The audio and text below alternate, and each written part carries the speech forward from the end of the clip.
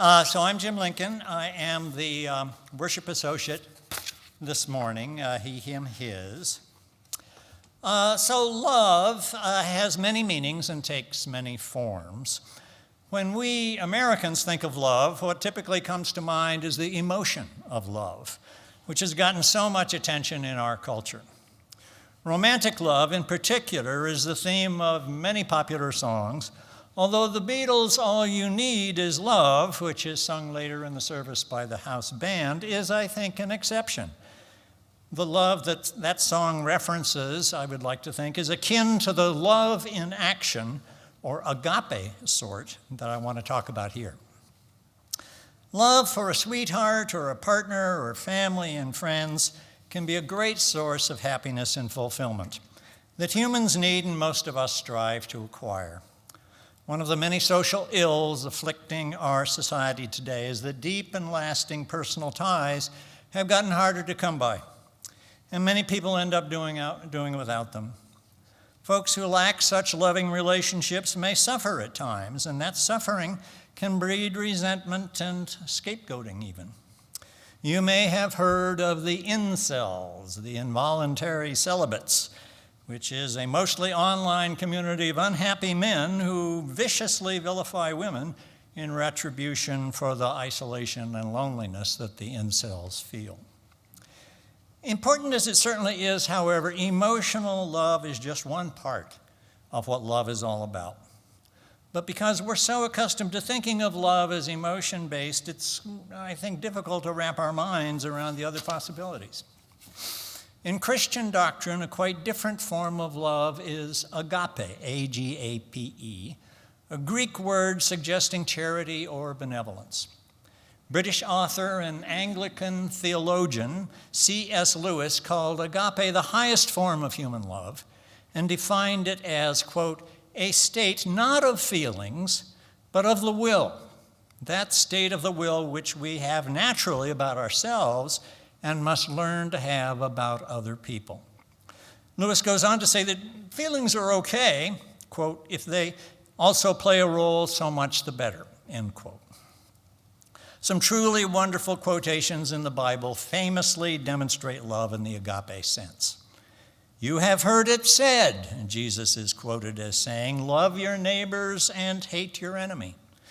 But I say, love your enemies, do good to those who hate you. If you love only those who love you, what reward is there in that? As a people of faith, UUs too can embrace agape as love in action, a commitment to acting in ways that correct injustices and benefit others. This, I think, is what the UUA Article 2 Commission had in mind when in their recent report they placed love at the center of UU theology, around which our other core values revolve. Are we going to see a slide on that? I think. There we go. Yeah. It's from the Article 2 Commission. But how do we approach in loving ways those who seem to hate us, whose values and aspirations are diametrically opposed to ours, and who are bent on taking away our rights and much else that we hold dear? There are so many such haters in our country these days. Our culture and political system are being poisoned by such hate. Now, Martin Luther King, quoted by Carrie at the chalice lighting, thought the answer was really quite simple. We have no choice. Quote, have we not come to such an impasse in the modern world, he preached, that we must love our enemies or else?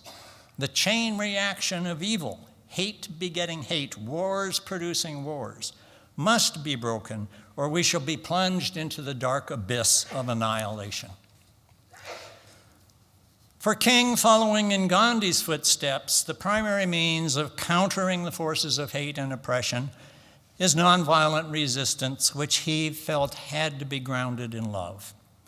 Quote, the nonviolent resistor, he wrote, should be motivated by agape, which means understanding or redeeming goodwill for all. Nonviolent action does not mean action that is passive or submissive or seeks merely to mollify its opponents. It can be militant and even coercive, as seen in the boycotts and sit-ins that King and his followers organized in the Deep South and elsewhere. Evil is recalcitrant and determined, he wrote, and never voluntarily relinquishes its hold, short of an almost fanatical resistance. But beyond nonviolent civil disobedience of the sort employed so effectively by King and Gandhi to overcome institutionalized racism and imperialism, some of the most courageous practitioners of agape will take a somewhat different tack. Seek common ground with those with whom they vehemently agree and attempt to engage them in loving exchange.